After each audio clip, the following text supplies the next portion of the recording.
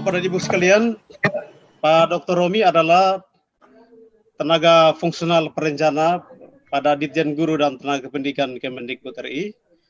Beliau juga sekarang menjadi komandan kami di IKS 3 MP.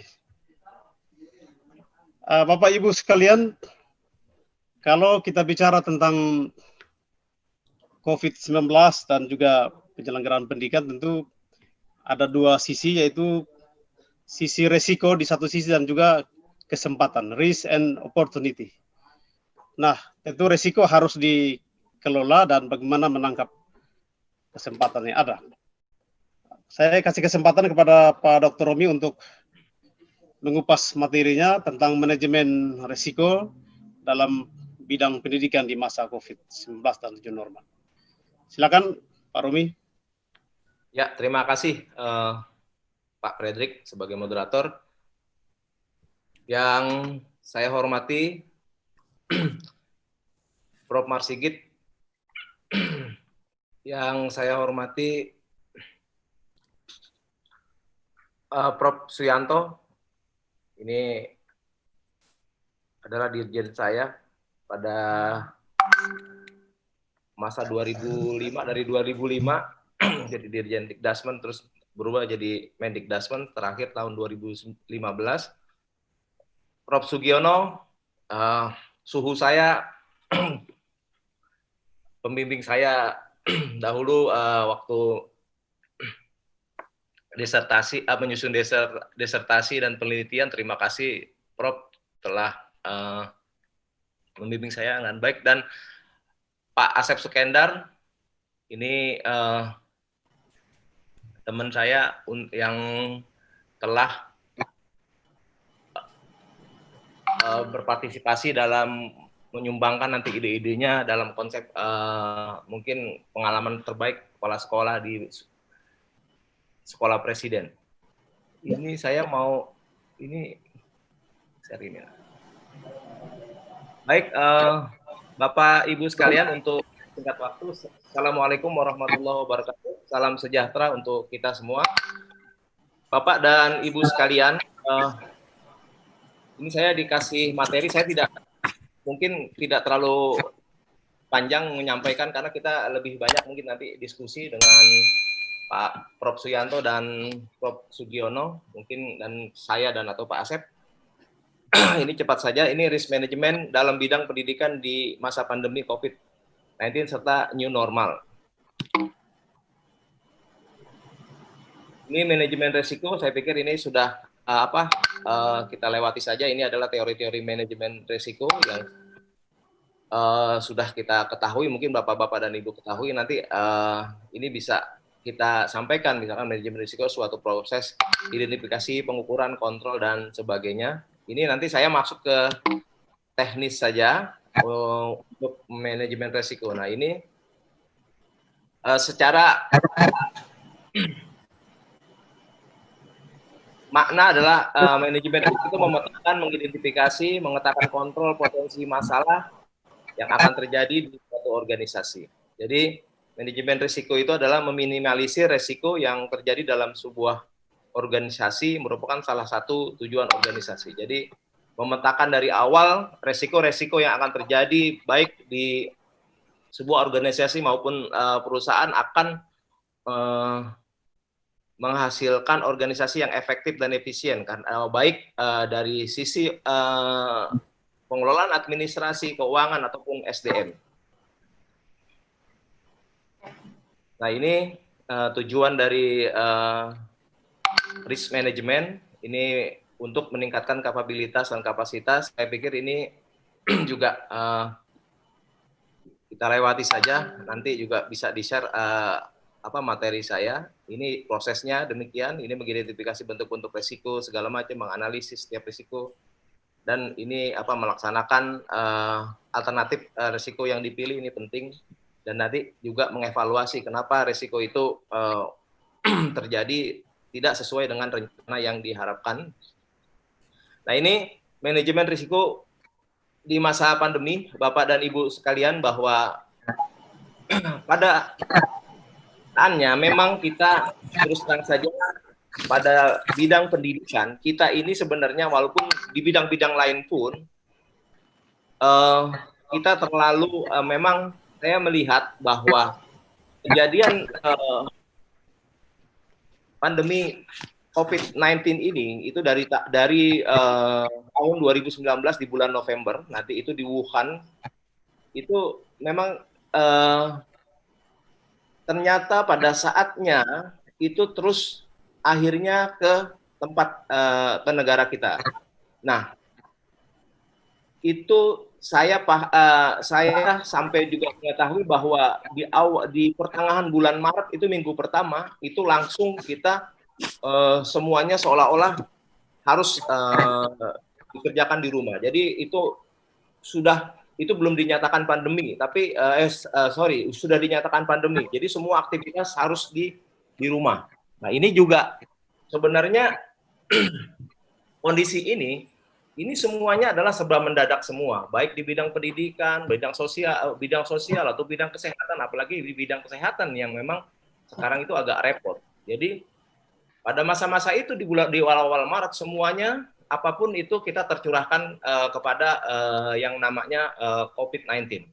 Baik itu juga kita dari sisi anggaran pun juga semuanya itu diarahkan dari anggaran-anggaran pemerintah itu hampir 50% atau 30% sudah diarahkan untuk mendukung pandemi ini agar bisa diminimalisir di dalam negara kita. Nah, ini saya mengidentifikasi risiko-risiko risiko-risiko ini ada siapa saja yang bisa yang risiko yang terjadi. Misalkan saya sudah mengidentifikasi bahwa misalkan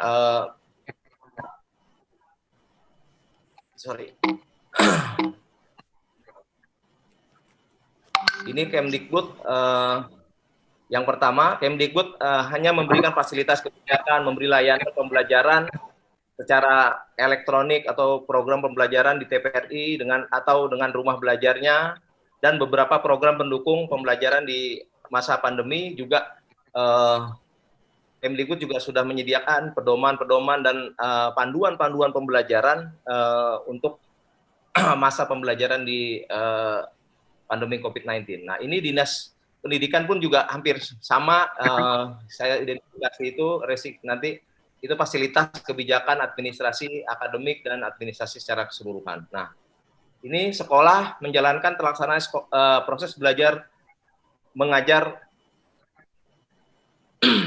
siswa. Nah, ini yang berat adalah kepala sekolah. Kepala sekolah itu memastikan proses belajar mengajar dengan baik, terus memastikan siswa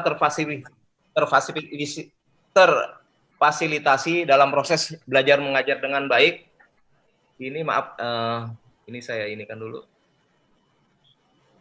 Belajar mencari jalan keluar yang baik terkait fasilitas teknologi, terus juga melihat kondisi geografis rumah siswa dengan rumah guru. Ini penting karena memang memastikan apakah siswa itu dapat tersentuh oleh pembelajaran oleh guru yang bersangkutan, dan juga mungkin melihat faktor ekonomi keluarga dari siswa-siswa itu juga menjadi kebijakan dari kepala sekolah. Nah, ini terus selanjutnya ini pemetaan yang berikutnya adalah guru. Guru sekarang saat ini banyak memang terpaksa mereka melakukan, biasanya kalau di masa-masa sebelum pandemi mereka melakukan inovasi pembelajaran secara normal. Nah, sekarang saatnya bagaimana guru tersebut dapat melakukan inovasi pembelajaran secara daring. Mereka harus misalkan memanfaatkan teknologi, misalkan channel YouTube, itu mereka membuat konten atau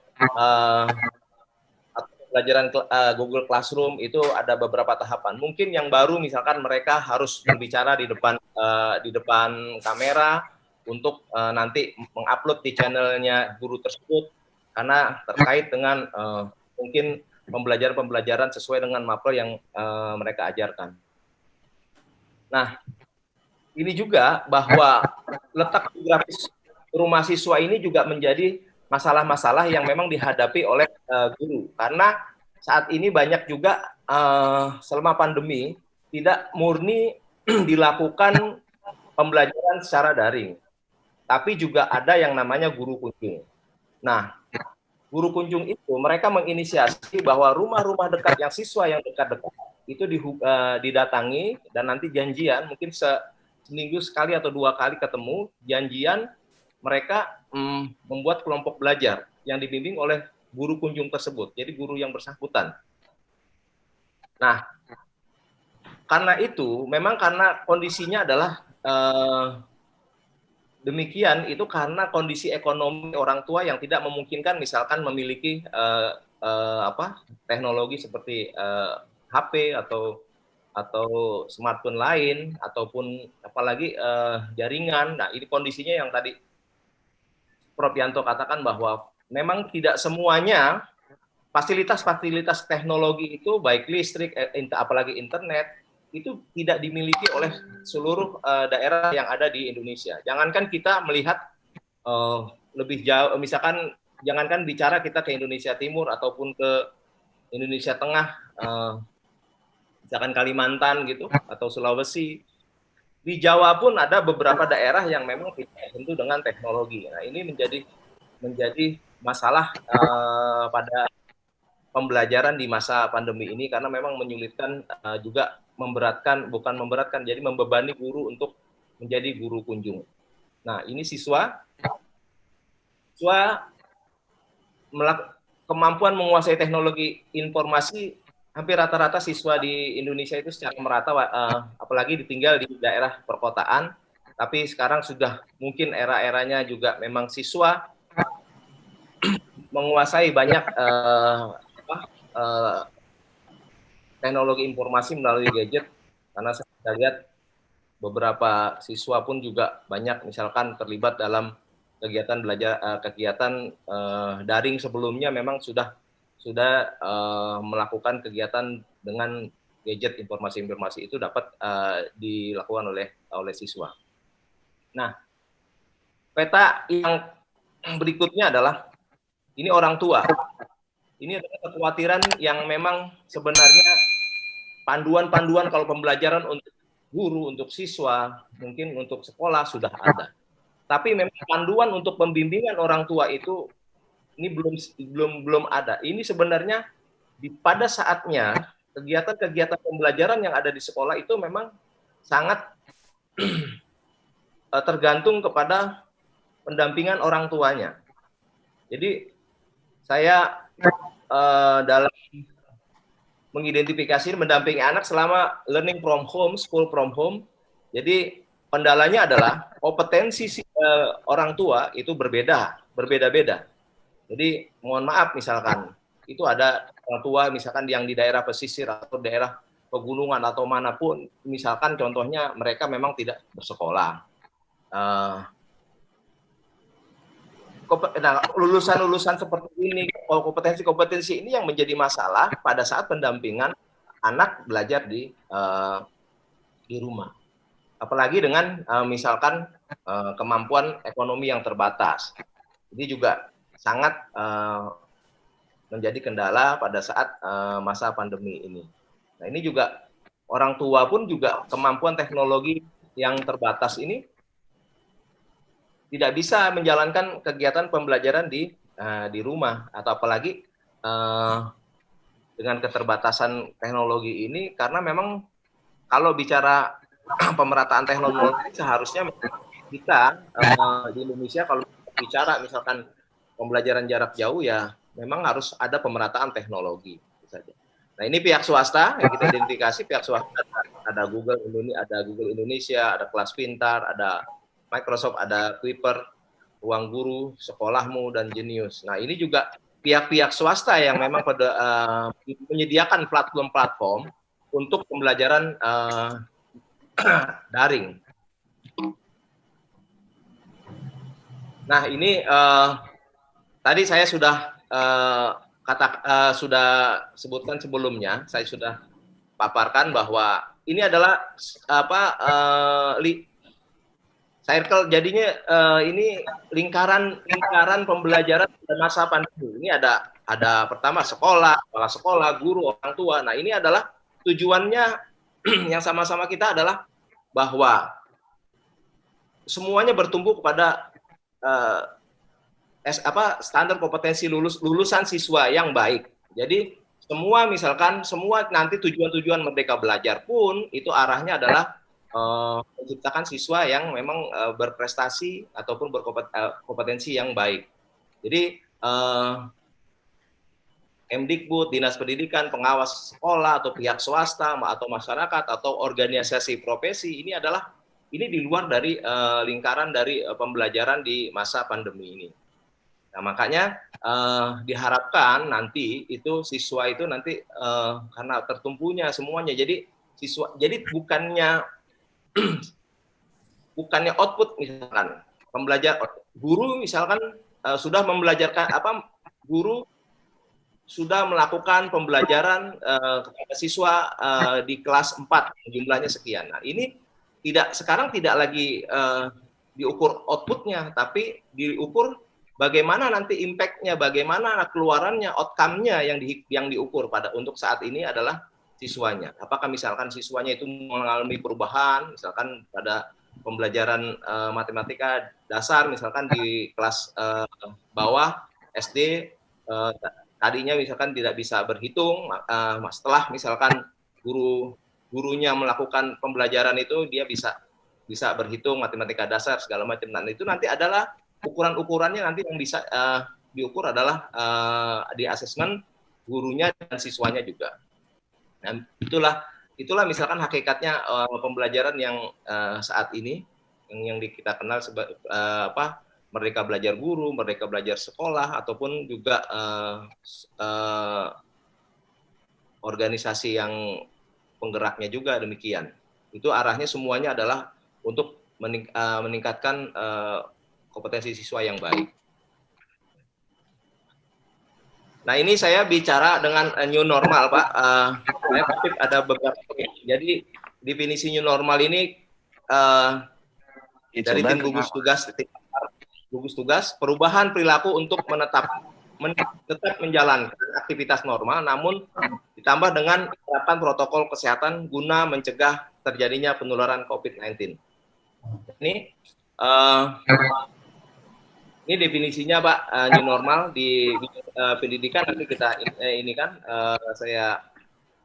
Nah, ini karena kemarin tadinya saya akan mencari-cari, tapi alhamdulillah Kemdikbud, terus Kemenak, Menpan, Kementerian Dalam Negeri, terus dari DPR itu melakukan siaran pers terkait dengan tahun ajaran baru. Ini sangat penting karena bagaimana nanti sikap kita, karena juga kami juga ditanyakan oleh beberapa teman, adakah panduan misalkan pada saat tahun ajaran baru yang nanti dimulai pertengahan bulan Juli. Nah, ini ada dua mungkin yang penting dari siaran pers kemarin yang tanggal 15 Juni pada pukul 16.30 yang disampaikan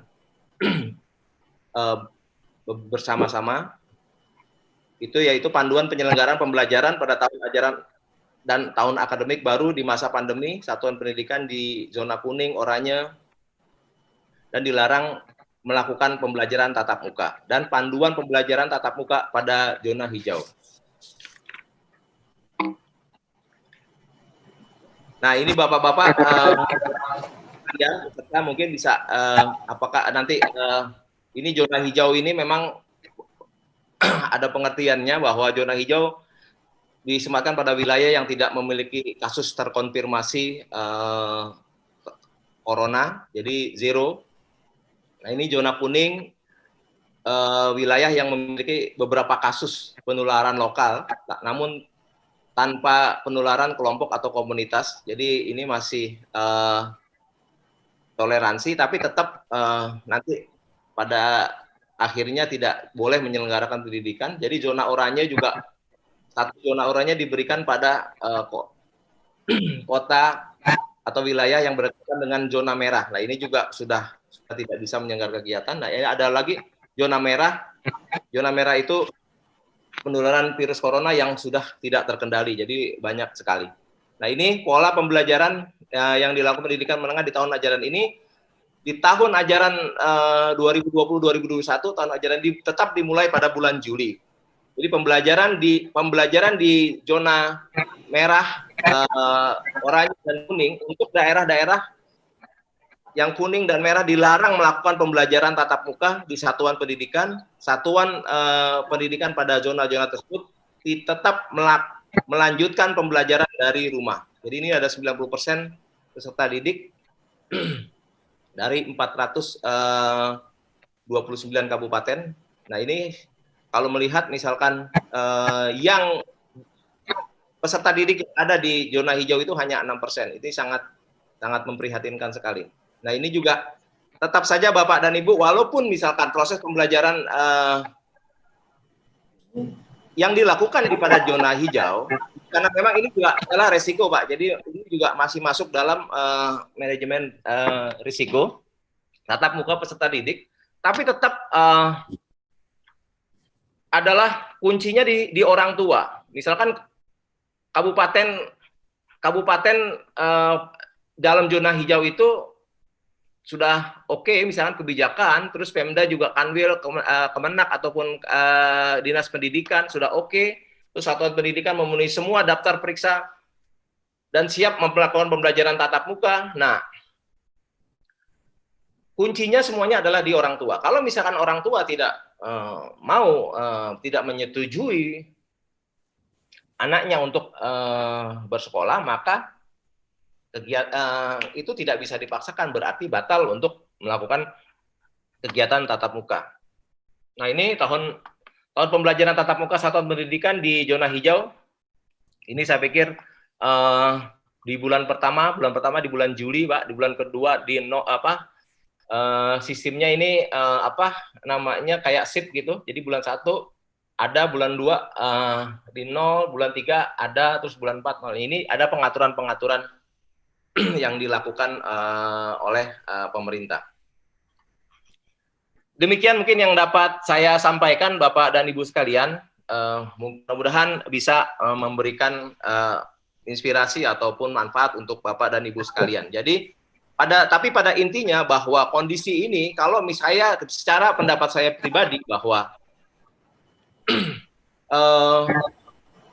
pembelajaran tatap muka kalau misalkan dilakukan pada saat ini, saya pribadi tidak setuju, karena memang kondisinya kalau pandemi COVID-nya ini dicabut oleh pemerintah, baru kita bisa melakukan misalkan dengan leluasa. Saya sebagai orang tua tetap merasa khawatir bagaimana nanti kalau misalkan anak saya terkena